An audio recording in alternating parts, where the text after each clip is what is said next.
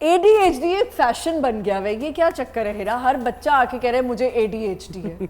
Okay, basically आमना ADHD में attention, focus in चीज़ों का होता है कि आप नहीं कर पाते, तो ये जो फैशन बन गया है पढ़ाई ना करने के लिए अक्सर अब हम इसको ओवर जनरलाइज तो नहीं कर सकते, कुछ का जेन्युइन इशू होता है, ठीक है, लेकिन ADHD बहुत अर्ली स्टेजेस पे डायग्नोस हो जाता है। जब बच्चा स्कूलिंग शुरू करता है तो जो ADHD के साथ जो बच्चे होते हैं, अक्सर टीचर ये शिकायत करती हैं कि एक जगह बैठता नहीं है, हाँ, ये अपना टास्क कंप्लीट नहीं करता, हाँ, ये हाइपर है, ये अटेंशन, इसकी कुछ जो अटेंशन स्पैन है वो बहुत कम है, फोकस इसका हो जाता, और बहुत ज़्यादा फिजिटिंग करता है, अपनी चीज़ों में लगा रहता है, आई कांटेक्ट का इशू होता है, उसमें आई कांटेक्ट मेंटेन नहीं कर पाते हैं, तो ये बहुत अर्ली उस पर डिटेक्ट हो जाता है। जाहिर सी बात है, अगर अटेंशन का इशू है, फोकस का, तो उनके जो एकेडमिक्स हैं वो भी कहीं ना कहीं उनके रिजल्ट सफ़र कर रहे होते हैं, तो बहुत अर्ली स्टेजेस पे इसके डायग्नोसिस आजकल हो जाते हैं। जो हमारे पास अडल्ट क्लाइंट्स आते हैं ADHD के साथ, वो क्लाइंट्स हैं या तो बचपन में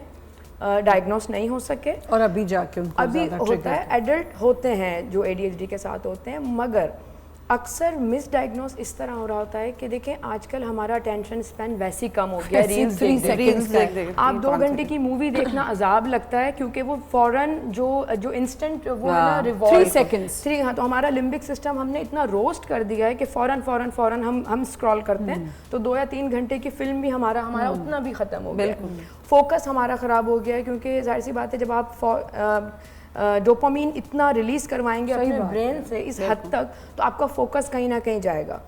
दूसरी चीज़, ये सारी चीज़ें कहीं ना कहीं सिमिलर होती हैं ADHD के सिम्टम्स के साथ, तो क्लाइंट को लगता है जी मुझे ADHD है। अब हम फ़ौरन से डायग्नोस क्यों नहीं करते? क्योंकि कहीं ना कहीं उसको एज अ लेबल यूज़ किया जा रहा होता है, या अपनी जिम्मेदारियों से दूर जाने के लिए, तो वहाँ पर मैं अक्सर इस डायग्नोसिस को उस हद तक रोकती हूँ जब तक कि मैं पूरा श्योर ना हो जाऊँ, कि आपको पता हो कि इसकी स्कूल की हिस्ट्री, इसके पेरेंट्स, फैमिली मेम्बर्स, तब जाके हम वो डायग्नोसिस।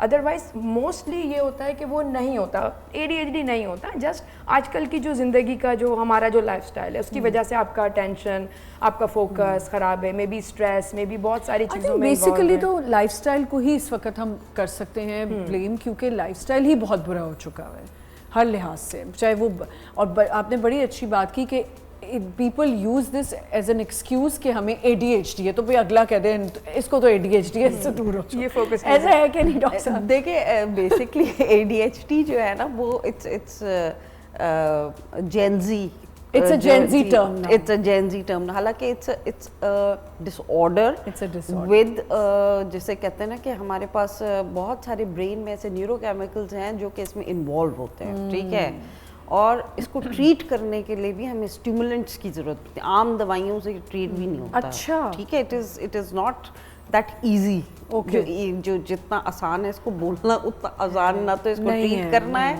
और ना ही इसको जो है बर्दाश्त करना है। मतलब एज अगर जैसे जिन लोगों को ADHD होता है उनसे अगर आप कभी मिलें या उनसे पूछें तो वो आपको बताएंगे कि what they have suffered all through their lives basically.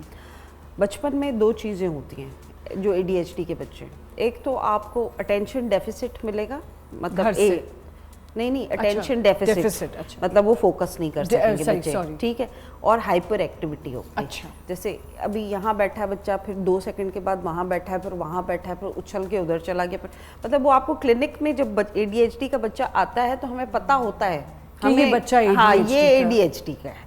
हमें वो हमें पेरेंट्स तो बाद में बताते हैं, लेकिन उसको देख के ही हमें अंदाज़ा हो जाता है, बिकॉज उनका अटेंशन स्पैन इतना कम होता है और हाइपर एक्टिविटी इतनी ज़्यादा होती है कि वो आपके पास क्लिनिक में 5 से 10 मिनट नहीं बैठ सकते।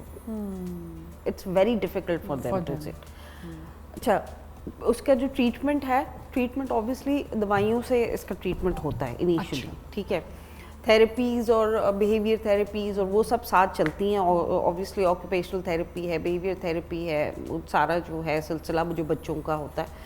पहले तो साइकोलॉजिकल असेसमेंट के थ्रू इसको हम डायग्नोज कराते हैं, क्योंकि maybe we are wrong, ठीक है, कुछ और हो सकता है, ऑटिज्म हो सकता है, कोई MR हो जी, सकता जी, है, जी, बहुत सारी बिल्कुल। चीज़ें हो सकती हैं। डिस्लेक्सिक हो सकता है हाँ बच्चा। बिल्कुल, डिसलेक्सिया भी हो सकता है, लेकिन मसला ये है कि जो बच्चा आपके पास कॉन्सेंट्रेट नहीं कर रहा या वो हो सकता है MR हो इस वजह से कॉन्सेंट्रेट ना कर रहा हो। MR मतलब है मेंटल रिटार्डेशन, यानी कि लर्निंग डिसेबिलिटी, जो कि इंटेलेक्चुअल डिसेबिलिटी जिसे कि आप कह दें कि मतलब जिसका IQ कम है, तो हो सकता है IQ कम हो, इस वजह से फोकस ना कर पा रहा हो। सही। ठीक है, और बिहेवियर इश्यूज हो इसलिए हाइपर एक्टिव है, तो आपको पहले तो साइकोलॉजिकल असेसमेंट कराना है। ठीक है। फिर हो गया, फिर उसके बाद जब आपके पास कंफर्मेशन आ गई कि ADHD है, तो अलोंग विद थेरेपी आप कुछ दवाइयाँ शुरू करते हैं जिन्हें हम स्टिमुलेंट्स कहते हैं, रिटाइलिन वगैरह जैसे आम उसमें की जाती, तो वो भी कोई ऐसी दवाई नहीं कि वो जो आप बस किसी को भी दे दें, तो जब तक you are very very sure तो फिर वो दवाई दी जाती है।